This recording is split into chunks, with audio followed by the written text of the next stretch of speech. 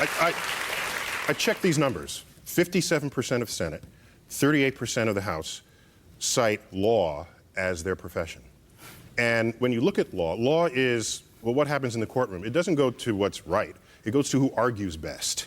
And there's this urge, the entire profession is founded on who the best arguers are. Right. It's not, a courtroom is not about the truth. It's about the theory, if I get what you're saying, is that each side argues their version, and then the truth somehow emerges. That's the premise. However, the practice, which, for example, is bred in debating teams, for example, where you know the subject, but you don't know what side you're going to be put on to argue. Right. And so the act of arguing and not agreeing seems to be fundamental to that profession, and Congress is half that profession. And I realized this when I was a kid. I was 12, and I said, oh, I wonder what profession all these senators and congressmen were. Law, businessman, law. And I said, there are no scientists? Where are the engineers? Where's the rest of life represented here? And so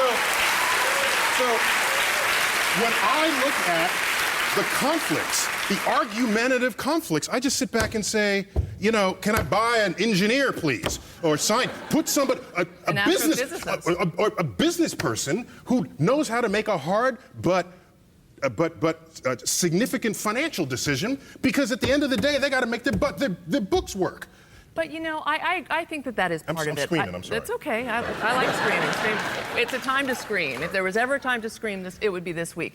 But it's also that we've had a failure of confidence. You know, college in California, the UC system, was free before Ronald Reagan. We made decisions. We built a middle class. We came together as a country after the Depression, through World War II. We expanded public universities. We expanded public schools. We built highways out to the suburbs. We insured mortgages so more people could buy homes. People were thinking about the future. People were thinking about the future. They were thinking about their children. And we experienced a great failure of nerve and confidence in the 60s and 70s, and even Democrats are part of it now. Democrats were the party of government, and they were afraid and ashamed of that. And so even somebody as great as Bill Clinton, and he was a great president, he accomplished a lot of what he did through the tax code, the Earned Income Tax Credit, fabulous program, but people don't even know that it's there.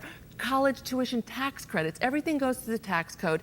Americans don't build, Democrats don't build, don't talk about the great monuments, and we sit here and we just talk about what we can't do. I think it's also,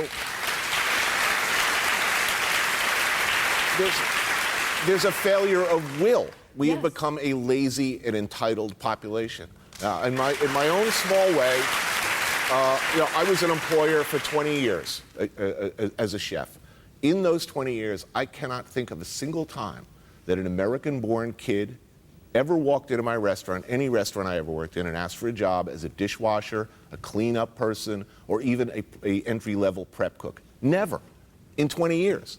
It is a two-strata system in this service economy to start with, and I think there's a whole strata of jobs that Americans, frankly, don't want, haven't wanted for a while, don't think they should do. They're too good for.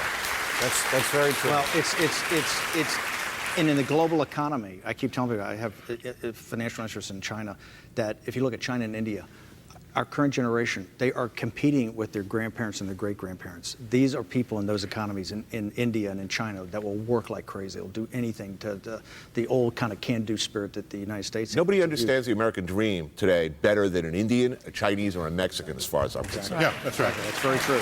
All right. On that